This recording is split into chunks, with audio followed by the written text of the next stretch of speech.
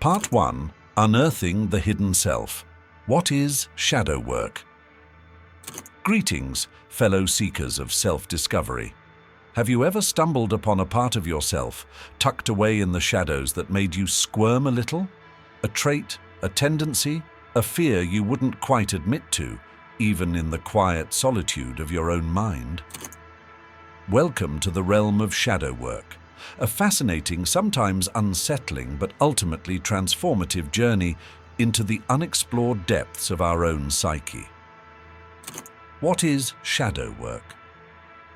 Imagine our conscious mind as a brightly lit stage where we play out the persona we present to the world. But beneath the stage boards lies a hidden cellar, dusty and cobwebbed, where forgotten emotions, desires, and impulses linger. These are the shadows, the parts of ourselves we deem unacceptable, undesirable, or simply inconvenient. Shadow work is about venturing into this cellar, facing these hidden aspects with compassion and curiosity, and integrating them into a more whole and authentic self. Why should you do it? The human psyche is a complex ecosystem.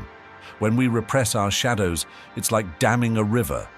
The repressed energy doesn't simply vanish, it manifests in unhealthy ways.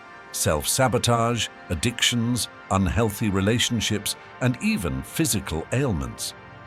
By embracing our shadows, we release this damned energy, allowing it to flow freely and nourish our lives in unexpected ways. Meet the guides. On this journey, we won't be alone. Throughout history, brilliant minds have illuminated the path of shadow work. Carl Jung, the renowned Swiss psychiatrist, coined the term shadow and saw it as a repository of archetypal energies essential for wholeness. Carl Jung once said, "Everything you deny in yourself becomes what you attract in others." Jung's insights paved the way for generations of therapists and self-help gurus who expanded on his work. More recently, authors like Robert A. Johnson and Marion Woodman have provided practical tools and exercises to guide us through shadow exploration. A call to curiosity. So, is shadow work for you? If you're ready to embark on a quest for self-discovery, to heal old wounds and unleash your full potential, then the answer is a resounding yes. In the coming parts, we'll delve deeper into the practicalities of shadow work, offering actionable tools and exercises to help you navigate your own emotional labyrinth. We'll explore different approaches, confront common challenges, and celebrate the victories that come with reclaiming your wholeness. Stay tuned for Part 2, where we'll uncover the key signs that your shadow is calling for attention. Part 2. Whispers from the cellar. Recognizing the shadow's call. Imagine yourself sitting by a crackling fire, the embers sending playful shadows dancing across the wall. Suddenly, a flicker from the corner catches your eye. It's a different kind of shadow, darker, colder, distinct from the playful dance. A shiver runs down your spine, a hint of unease. This, my friend, is the whispering of your shadow, beckoning your attention. But how do you recognize these whispers? They can be subtle, disguised in everyday reactions and patterns. Here are some common signs. Recurring emotional triggers. Do certain situations or people consistently push your buttons? Do you find yourself reacting with disproportionate anger, jealousy, or shame? These triggers could be pointing towards unresolved shadow aspects. Self-sabotage. Ever chase your dreams only to inexplicably trip at the finish line? Or find yourself repeating unhealthy patterns despite your best intentions? The shadow often throws up obstacles to keep its secrets buried. Projection. We blame others for the traits we disown within ourselves. Finding yourself constantly judging someone for being lazy, controlling, or manipulative might be a reflection of unacknowledged aspects within your own personality. Unexplained physical ailments. Unexplained aches, pains, and chronic conditions can sometimes be psychosomatic, manifesting as a way for the shadow to express its distress. Remember, recognizing the shadow's call doesn't mean embracing its every whim. It's about acknowledging its presence without judgment, understanding its message, and starting a dialogue. Think of it as a child needing attention, albeit a mischievous one. Ignoring it only makes it louder, while listening with compassion can soothe its cries and eventually lead to integration. Next, we'll dive into the toolbox. Part 3 will equip you with practical exercises and journaling prompts to begin your own shadow exploration. Stay tuned. Part 3. Tools of the Trade. Embarking on shadow exploration. So you've heard the whispers from the cellar and a spark of curiosity has ignited within. Excellent. It's time to grab your flashlight and descend the stairs, equipped with the tools necessary to navigate the dusty corners of your shadow self. Journaling for illumination. A simple yet powerful tool is your trusted journal. Let it be a safe space to pour out your unfiltered thoughts, fears, and emotions. Here are some prompts to get you started.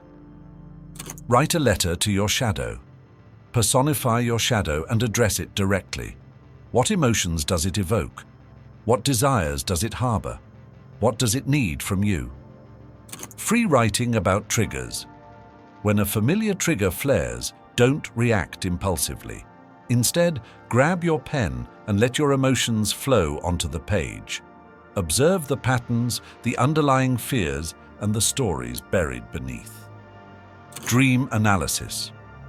Dreams offer a treasure trove of symbolic insights into our unconscious. Keep a dream journal and record your nocturnal adventures. As you analyze the symbols and metaphors, pay particular attention to recurring themes and characters that might represent your shadow. Creative expression. Sometimes words just don't cut it. Consider tapping into your artistic side to give your shadow a voice. Try shadow sculpting. Mold clay or Play-Doh into a physical representation of your shadow. What colors and textures emerge? Does it have a distinct form, or is it amorphous? Shadow drawing. Close your eyes and let your hand guide the pencil or charcoal. Allow whatever emerges onto the page without judgment. This can be a powerful way to bypass the rational mind and access deeper layers of your psyche. Active imagination. Jungian analyst Robert A. Johnson advocated for engaging in dialogues with your shadow. Imagine your shadow sitting across from you. What does it want to say? What do you need to say to it? Listen actively and compassionately to both sides of the conversation. Remember, there's no one-size-fits-all approach to shadow work. Experiment with different tools and find what resonates with you. The key is to approach your shadow with curiosity, not judgment. Treat it as a wounded inner child in need of love and understanding. In Part 4, we'll explore common challenges encountered during shadow exploration and how to navigate them with grace. Stay tuned. Part 4. Shadows in the Spotlight. Facing challenges with grace. As you descend deeper into your shadow work, the path won't always be smooth. Expect some bumps, twists, and even moments of sheer terror. This is completely normal. After all, you're venturing into unfamiliar territory, confronting long-buried aspects of yourself. But fear not, brave explorer. With awareness and the right tools, you can navigate these challenges with grace and emerge even stronger. Challenge number 1. Fear and resistance. The mere thought of delving into our shadows can trigger paralyzing fear. We might fear what we might find, the potential for shame or regret. This resistance is natural, a self-protective mechanism trying to shield us from potential pain. However, remember, facing these fears is precisely what unlocks true growth. Acknowledge your fear, but don't let it stop you. Take it as a sign that you're on the right track. Tools. Start small. Don't dive headfirst into your deepest traumas. Begin with exploring milder shadow aspects, gradually building your confidence and resilience. Mindfulness. When fear arises, observe it without judgment.